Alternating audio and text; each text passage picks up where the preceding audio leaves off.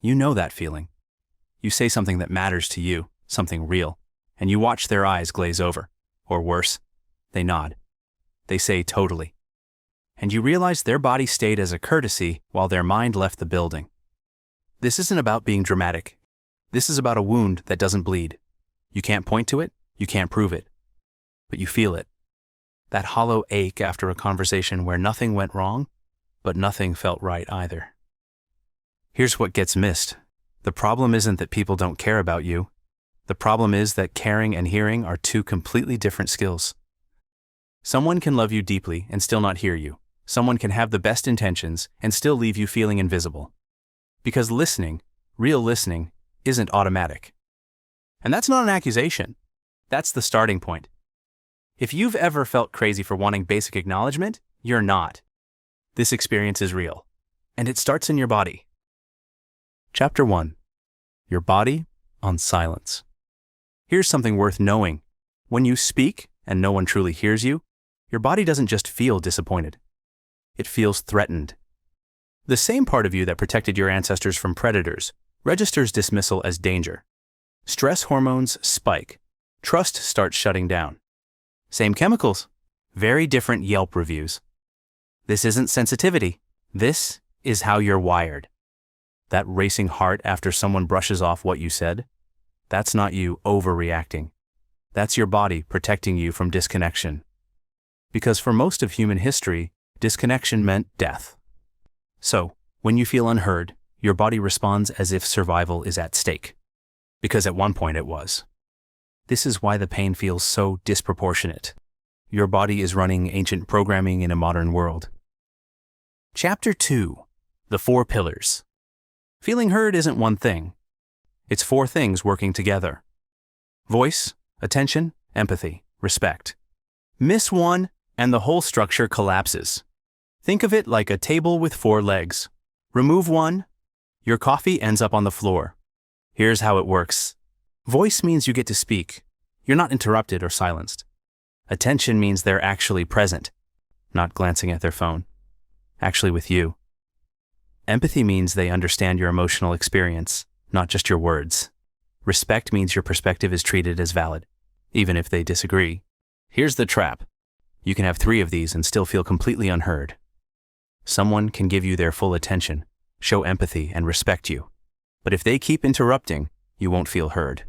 This framework isn't just theory, it's a diagnostic tool.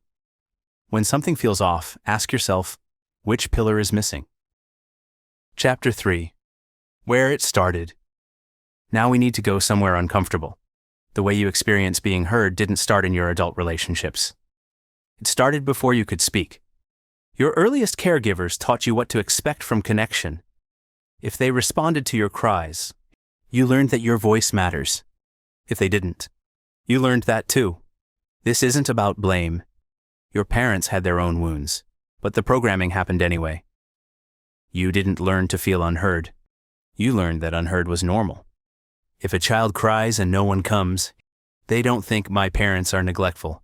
They think my needs must not matter.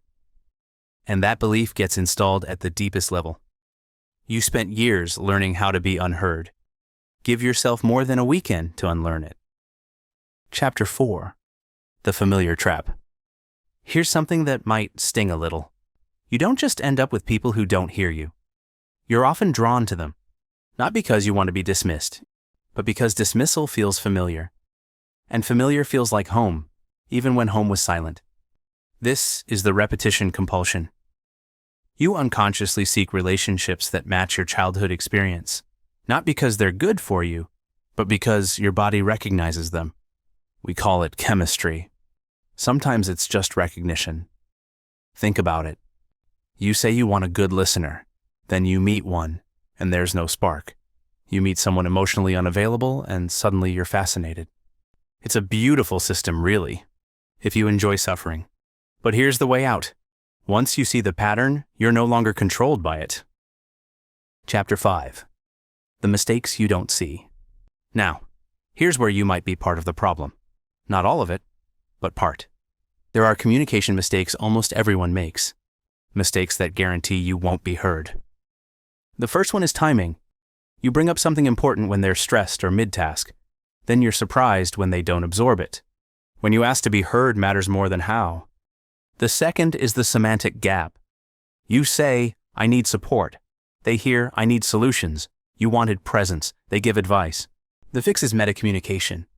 Say what kind of listening you need before you start. The third mistake? You ever give a TED Talk's worth of explanation, then someone says, so what you're saying is, and it's not even close? That's not a them problem. That's a you forgot the thesis statement problem. Lead with the point. Context after. Want to level up your people skills? Join our community on YouTube or on my Patreon for exclusive scripts, early access, and connection with people who get the social struggle. Links below. Let's master human interaction together. Chapter 6. Why they can't hear you. Now let's talk about them. Because sometimes, it really isn't about you. The person sitting across from you has limitations you can't see. The mind has bandwidth. When it's maxed out, emotional content gets buffered. They're not ignoring you. You're just in the loading queue. A stressed mind literally cannot process your emotional experience. It's not cruelty. It's capacity. Then there's the fixer reflex. Some people hear emotions, and their mind opens a spreadsheet, solutions, action items, pivot tables for your feelings. They think they're helping, but what they're actually saying is, your feelings are a problem to solve, not an experience to honor. The person who can't hear you right now? Their mind is doing the same thing yours does when you're overwhelmed. They're not villains. They're human. Chapter 7. The digital disconnect. Now let's talk about something making all of this worse. Technology. We've replaced I hear you with a heart react. Very efficient, very lonely. Every notification that interrupts your conversation removes about 20% of the listener's capacity to actually hear you. One ping, 20% gone. You send a paragraph of vulnerability. You get lol back, or worse, read at 4:47 p.m., no response. The read receipt was supposed to provide certainty. Instead, it invented a new category of rejection. You've trained your mind to accept a like as connection. So now real listening feels almost uncomfortable, too slow, too intense. Your mind knows the difference between being heard and being reacted to. The loneliness you feel isn't imagined. Chapter 8. The enemy inside. We've talked about childhood. We've talked about others. We've talked about systems. Now we need to look somewhere closer. The voice that dismisses you loudest might not be outside you. It might be the one that says, "This is stupid," before you even open your mouth. You know what I mean. You start with, "This is probably dumb," but then you get upset when they treat it like it's dumb. You gave them the instruction manual. Self-invalidation before speaking is incredibly common. Apologizing for having feelings before you state them. It's a defense mechanism, but it guarantees the outcome you fear. If you don't believe your voice matters, your delivery will communicate that. This isn't about toxic positivity. It's about noticing when you are the first one to dismiss what you have to say. Chapter 9. What actually works? So what do you actually do with all this? Here's what works, and it's counterintuitive. First, strategic silence. Most heard people in any room are rarely the loudest. They're the most strategic about when they speak. Saying less can make you heard more. Could have saved me about 600 arguments. Second, the 90-second rule. Emotions peak and fade in about 90 seconds, if you don't feed them with more thoughts. Third, name the type of listening you need. I need you to just listen before you share. These aren't demands, they're clarity. Fourth, timing over wording. Stop rehearsing the perfect words. Start choosing the right moments. These tools aren't manipulation. They're understanding human capacity and working with it. Chapter 10. The paradox of being heard. Here's where we end. And it might be the most important part. There's a paradox at the heart of all of this. The moment you stop desperately needing to be heard is often when you finally feel heard. Chasing validation is like gripping sand. The tighter you hold, the faster it slips.